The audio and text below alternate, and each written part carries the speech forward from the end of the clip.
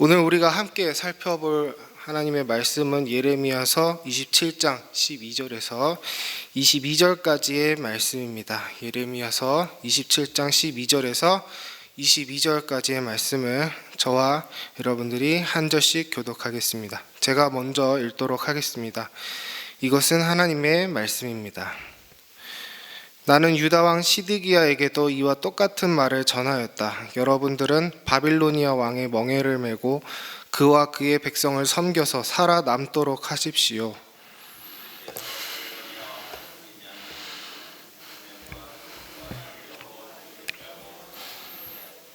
어째 임금님과 임금님의 백성은 그와 같이 죽으려고 하시니 그러므로 여러분에게 바빌로니아 왕을 섬기지 않게 될 것이라고 예언하는 자들의 말을 듣지 마십시오. 그들이 여러분에게 하는 예언은 거짓입니다. 주님께서는 이렇게 말씀하셨습니다. 나는 그들을 보내지 않았는데 그들은 거짓으로 내 이름을 팔아 예언한다. 너희가 그 말을 들으면 내가 너희를 쫓아낼 것이며 너희는 그러한 예언자들과 함께 그리고 나는 제사장들과 이 모든 백성에게 이렇게 말하였다. 나 주가 말한다. 너희는 주의 성전의 기구들이 이제 곧 바빌로니아에서 되돌아올 것이라고 하는 너희 예언자들의 말을 듣지 말아라.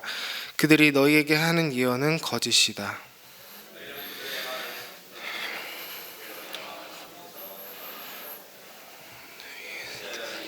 표가 되어야겠다.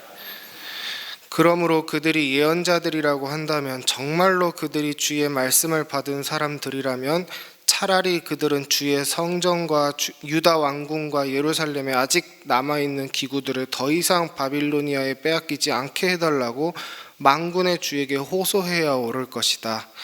나 만군의 주가 기둥과 바다 곧 바빌로니아 왕 느부갓네살이 유다 왕 여호야김의 아들 여고냐와 유다와 예루살렘의 모든 귀족을 예루살렘에서 바빌로니아로 붙잡아 갈 때 남겨두었던 것들에 관하여 말하겠다.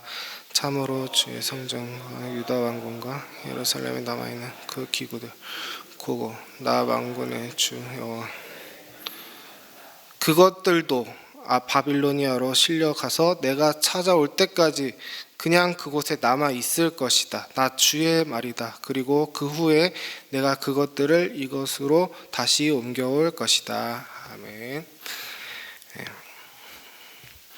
대상을 관념화시킨다라는 말을 들어보셨는지 모르겠습니다. 이제 관념이란 말의 사전적 용어는 현실에 의하지 않는 추상적이고 공상적인 생각입니다. 그러니까 어떤 현실의 존재를 있는 그대로 받아들이지 않고 자기의 생각에 끼워 맞춰서 판단하는 것, 그것을 대상의 관념화라고 저는 알고 있습니다. 대상의 관념화는 사실 생각해보면 좀 일상적인 것입니다. 예를 들어 이 사람은 착하다라고 할 때 착하다라는 말이 항상 칭찬은 아니지 않습니까? 우리가 어떤 사람을 착하다라는 말로 그 사람을 관념화시켜 버리면 그 관념에서 그 사람이 벗어나기가 쉽지 않습니다. 너는 착한 사람이야 라고 그 이미지 속에 족쇄를 채워버리는 것이죠. 그래서 소위 착하다라는 사람이 한번 화를 내게 되면 다른 사람이 일반적으로 화내는 것보다 더 큰 실망을 사게 됩니다.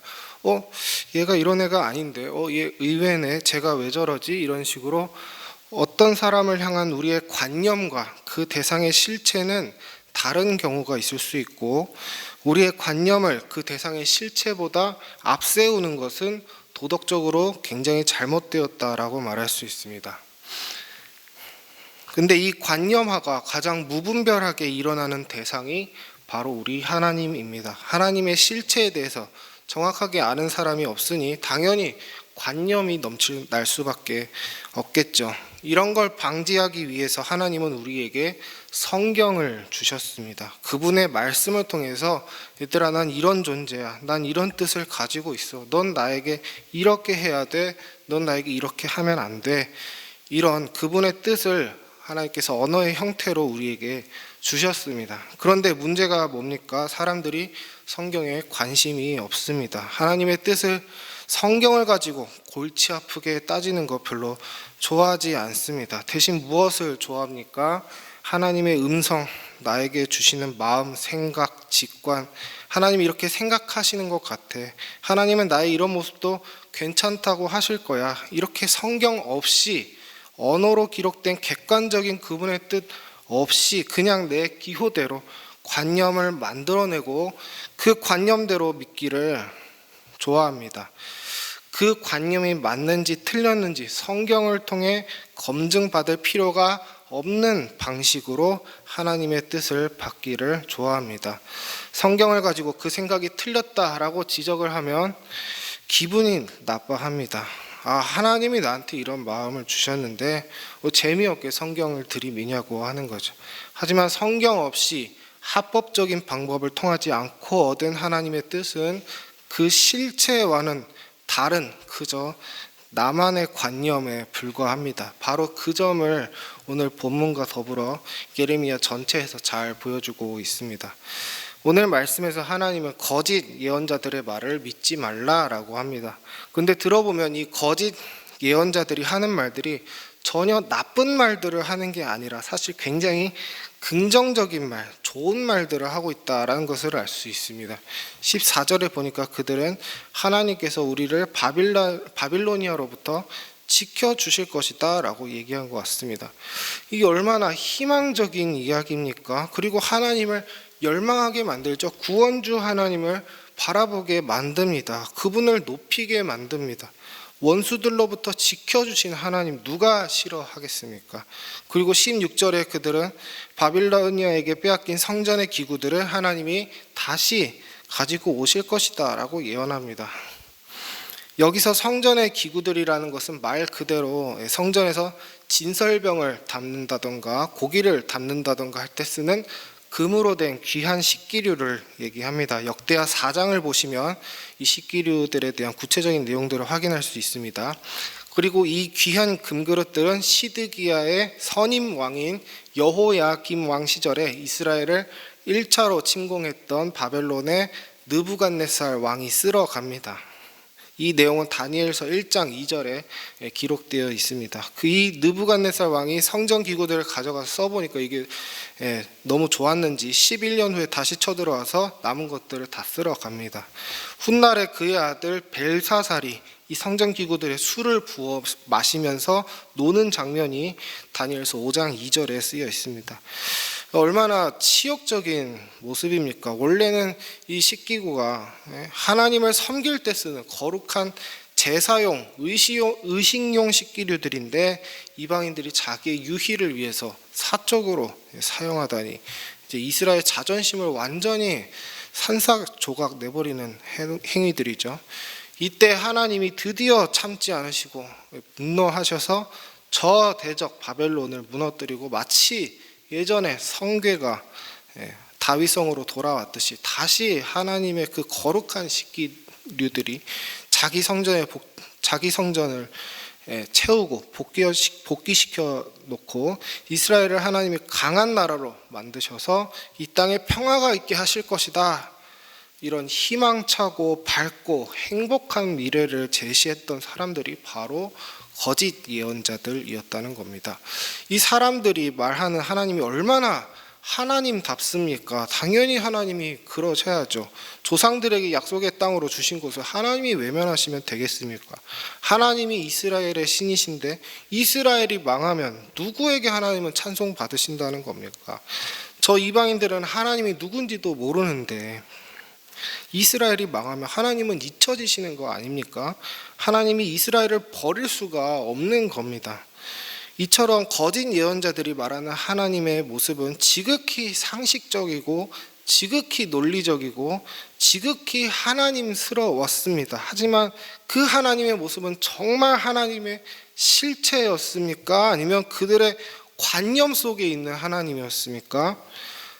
거짓 예언자들이 말하는 하나님은 정말 하나님스럽고 긍정적이고 희망적이고 논리적이고 필연적이었지만 마치 하나님은 꼭 이렇게만 움직이셔야 된다라고 하는 그들의 관념 속에 하나님을 가둬놓고 마치 그 이외의 행동을 하면 하나님이 아니라는 식으로 하나님에게 족쇄를 채우는 것이었습니다. 하나님은 그들이 거짓으로 채워놓은 하나님의 그 착한 이미지라는 그 족쇄를 완전히 산산조각 내버리십니다. 실체로 계신 하나님은 12절에서 그들에게 바벨론의 지배를 그냥 받으라고 명령하십니다. 13절에는 더 나아가서 하나님은 바벨론에게 니네들이 순종하지 않으면 남은 사람들 내가 다 죽이겠다라고까지 말씀하십니다. 다니엘서 1장 2절에 보시면 이스라엘이 그렇게 귀하게 여기는 그 성전기구들을 느부갓네살에게 넘긴 인물이 밝혀지는데 그 인물이 바로 하나님입니다. 1장 2절 주께서 유다왕 여호야김과 하나님의 전 그릇 얼마를 그의 손에 넘기심에 하나님이 넘기셨습니다. 이처럼 이스라엘 사람들의 관념 속에 하나님과 실체 하나님은 딴판이었습니다. 그러면 하나님이 왜 이스라엘의 관념에서 벗어나는 행동과 말씀들을 하시던 걸까요? 이스라엘의 잘못된 관념들의 그 근간을 뒤흔드시기 위함이었습니다. 하나님 마치 이스라엘에게 이렇게 말씀하시는 것과 같습니다. 이스라엘아, 너희들이 살아야 내가 찬송을 받는다고 생각하니? 너희가 없으면 내가 잊혀진다고? 그렇게 되나? 그럼 한번 보자. 너네 다 바벨론으로 가라. 너희가 없어도 난 이방인들에게도 찬송 받을 수 있는 만군의 하나님이다. 너희가 있어야 영광을 받는다고? 나는 스스로 영광스럽다. 이렇게 말씀하시는 것과 같습니다. 잘못된 관념을 파괴하시기 위해 극단적인 방법을 사용하시는 거죠. 금그릇들에 관해서도 이렇게 말씀하시는 것과 같습니다. 너네는 성전에 그 금그릇들이 날 빛나게 한다고 생각하니? 그럼 그 금그릇들 한번 다 치워보자. 내 존재의 영광이 그런 금그릇들 따위의 화려함에 의존해 있다고 생각한다면 난 그런 거 필요 없다. 이렇게 말씀하시는 겁니다. 그리고 그 아버지의 그 아들 아니랄까 봐 예수님은 이 땅에 오셔서 어떻게 하셨습니까? 오자마자 그냥 성전 다 뒤집어 엎으시는 것부터 시작합니다. 그리고 계속 바리새인, 사두개인, 제사장들 찾아가서 계속 논쟁하시죠. 그리고 계속 폭탄 발언하십니다. 이 성전 무너뜨려라. 내가 성전이지 이 껍데기밖에 없는 이스라엘아. 그리고 그 성전은 나중에 정말로 로마에게 정말 더럽혀지죠. 유대인들이 돼지를 혐오한다는 걸 알고 나서 로마인들이 유대인 보는 앞에서 돼지 변이랑 피를 지성소에 뿌려버립니다. 제가 정말 하나님의 은혜로 코로나 직전에 이스라엘에 갔다 왔는데요. 지금도 지성소에 있는 쪽은 이슬람 세력이 점거하고 있습니다. 유대인들에게는 지금 이 성전을 회복하지 못한 이 예레미야서의 이 한이 지금 우리 시대까지 이어져 내려오고 있다라고 생각할 수 있는 겁니다. 어쨌든 말씀 속에 있는 실체의 하나님을 바라보지 않고 자기 관념 속에 하나님을 가둬놓고 헛되이 믿은 그 불신앙에 대한 결과가 얼마나 끔찍한 것인지 오늘 우리는 말씀을 통해 확인할 수 있고 경각심을 가질 수 있는 것입니다. 우리가 가지고 있는 하나님에게 대한 잘못된 관념은 무엇일까요? 저는 개인적으로 하나님은 친구니까 라는 말을 하는 그 일반적인 의도를 굉장히 미워합니다. 무엇을 말하고 싶을 때 그럴까요? 하나님은 친구니까 격식 없이 내 마음대로 아무 말이나 아무 행동이나 해도 다 이해하고 두려움 없이 보통 친구한테 하듯이 가끔씩 실수할 수도 있는 것이고 그런 거지. 하나님 그렇게 어렵게 대하고 그럴 필요 없다. 그 생각은 관념입니까? 실체입니까? 성경을 봅시다. 요한복음 15장 14절에 너희는 내가 명한 대로 행하면 곧 나의 친구라. 예수님이 이렇게 말씀하십니다. 친구 사이에 상명하복 있습니까? 벌써부터 일반적인 친구의 의미가 아니라는 걸 알 수 있겠죠. 하나님이 구약에서 친구로 인정한 인물 대표적으로 두 명입니다. 아브라함이랑 모세입니다. 아브라함 뭐 했습니까? 칼 들고 자기 아들 바쳤습니다. 물론 하나님이 간신히 막으셨죠. 그럼 모세는 뭐 했습니까? 숨질 때까지 일만 했습니다. 그 정도는 돼야 하나님의 친구인데 우리 중에 하나님을 위해 칼 들 수 있는 사람 있습니까? 우리 중에 모세처럼 숨질 때까지 일할 자신 있는 사람이 있습니까? 우리 중에 하나님을 친구라고 부를 자격이 있는 사람은 아무도 없습니다. 그런데 그 자격을 누가 가지셨습니까? 하나님이 가지셨습니다. 하나님이 아브라함처럼 우리를 위해 자기 아들을 우리에게 주셨습니다. 하나님이 모세처럼 지금까지 우리를 위해서 일하십니다. 우리는 교만하게 언약을 어기는데 오히려 하나님은 명령에 복종하는 종처럼 우리와 맺으신 언약 안에 성실하게 거하십니다. 계속 그 언약을 지키십니다. 우리는 정말 친구라고 하나님을 부를 자격이 없는데 하나님은 우리의 친구가 되어주시는 겁니다. 우리는 지금이라도 버림받아야 마땅한 자들인데 하나님이 자기의 행위로 우리에게 다가와 주셔서 우리에게 친구가 되어주시는 겁니다. 그러면 하나님이 우리에게 너는 나의 친구다 라고 하실 때 우리가 보여야 할 합당한 반응은 뭘까요? 아까 얘기했던 것처럼 친구면 이것도 이해해 주셔야 되고 좀 실수할 수도 있는 거죠. 격식 없이 나아가겠습니다. 이것도 이해해 주시고 저것도 주십시오. 우리가 이게 합당한 반응일까요? 제가 생각하는 합당한 반응은 납작 엎드려서 주님 아닙니다. 제가 면목이 없으면 없지 이 죄인이 어떻게 감히 주님을 친구라고 부릅니까? 전 민망하고 죄스러워서 친구라고 불릴 수 없습니다. 저는 자격이 없습니다. 제가 제 생활을 뻔히 아는데 어떻게 주님을 제가 친구라고 할 수 있습니까? 주님 돌아온 탕자처럼 아들이라 하지 마시고 저를 그냥 주님의 가축을 치는 천한 종으로 불러주십시오. 이게 합당한 반응 아니겠습니까? 그런데 하나님이 아니다. 내가 내 아들을 너에게 바쳤으니 넌 나의 친구다 라고 우리에게 말씀하시면 우린 그 은혜에 정말 황송해서 아무것도 할 말이 없어야 정상입니다. 그게 하나님의 친구라는 말의 실체입니다. 그런데 보통 하나님이 친구라는 말은 뭐 할 때 씁니까? 내 잘못에 대한 죄책감을 좀 덜어내려고 하나님께 격식 없이 대할 때 느껴지는 그 어색함을 좀 덜어내보려고 결국 내 욕심을 위해서 쓰는 말 아니겠습니까? 그런 사람이 만약에 자기 아랫사람에게 격식이나 예절을 가르친다면 그것만큼 내로남불이 또 없는 거겠죠. 여러분 하나님을 관념화시키면 당장의 내 감정이 은혜를 느낄지 모릅니다.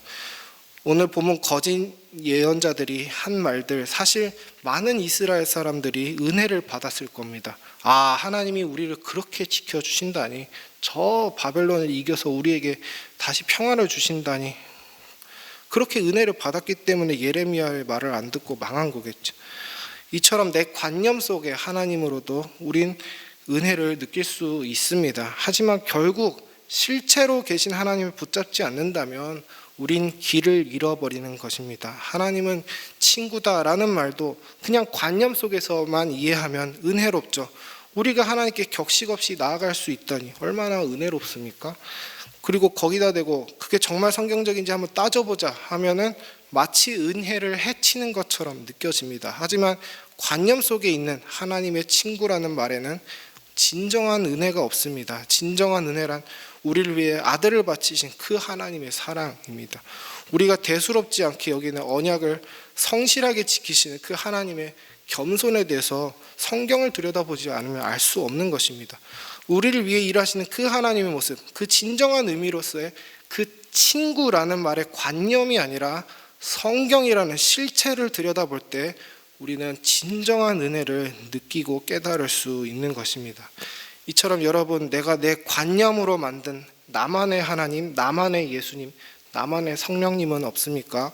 우리가 일상에서 내 입과 행동을 통해 나오는 내 식대로의 신학, 내 식대로의 신념을 내려놓고 말씀 속에 실제하시는 하나님 앞에 겸손하게 나아가시는 우리 귀한 은혜샘물교회 성도님들 되시기를 소망합니다.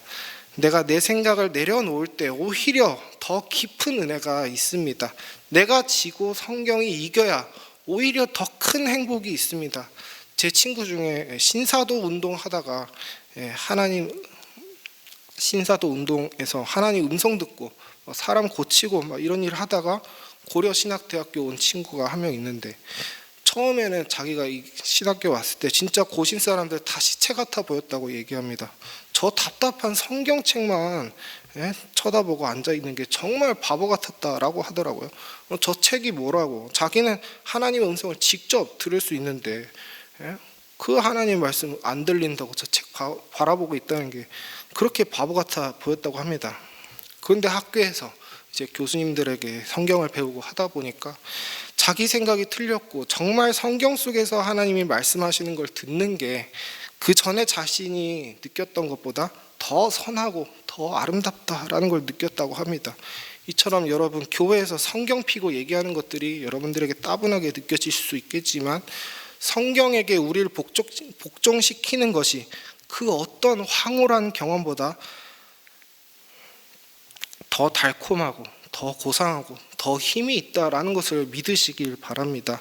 이건 정말 제가 경험하는 바를 말씀드리는 겁니다. 정말 감정을 건드리려고 하는 말들보다 성경이 내 영혼을 건드릴 때 나오는 눈물이 훨씬 더 뜨겁다라는 것을 제가 느꼈습니다. 여러분, 은혜샘물교회 성도 여러분, 우린 지금껏 성경 안에서 올바른 길을 걸어왔고 계속해서 그 길을 걸을 것입니다. 여러분이 걸어가고 있는 이 신앙의 길에 자부심을 가지시고 계속해서 내 관념 안에서가 아니라 말씀 안에서 실제로 살아계신 하나님과 매일 씨름하시는 우리 귀한 은혜샘물교회 성도님들이 되시기를 소망합니다.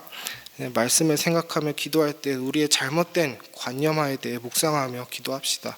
하나님, 내가 하나님에 대해 잘못된 관념을 가진 것은 없습니까?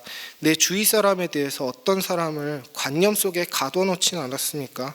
아니면 나 자신에 대해서는 어떻습니까? 나 자신에 대해 너무 낙천적이거나 반대로 너무 부정적인 관념을 가지고 있지는 않습니까? 하나님, 우리가 성경 앞에 복종하게 하여 주시옵소서.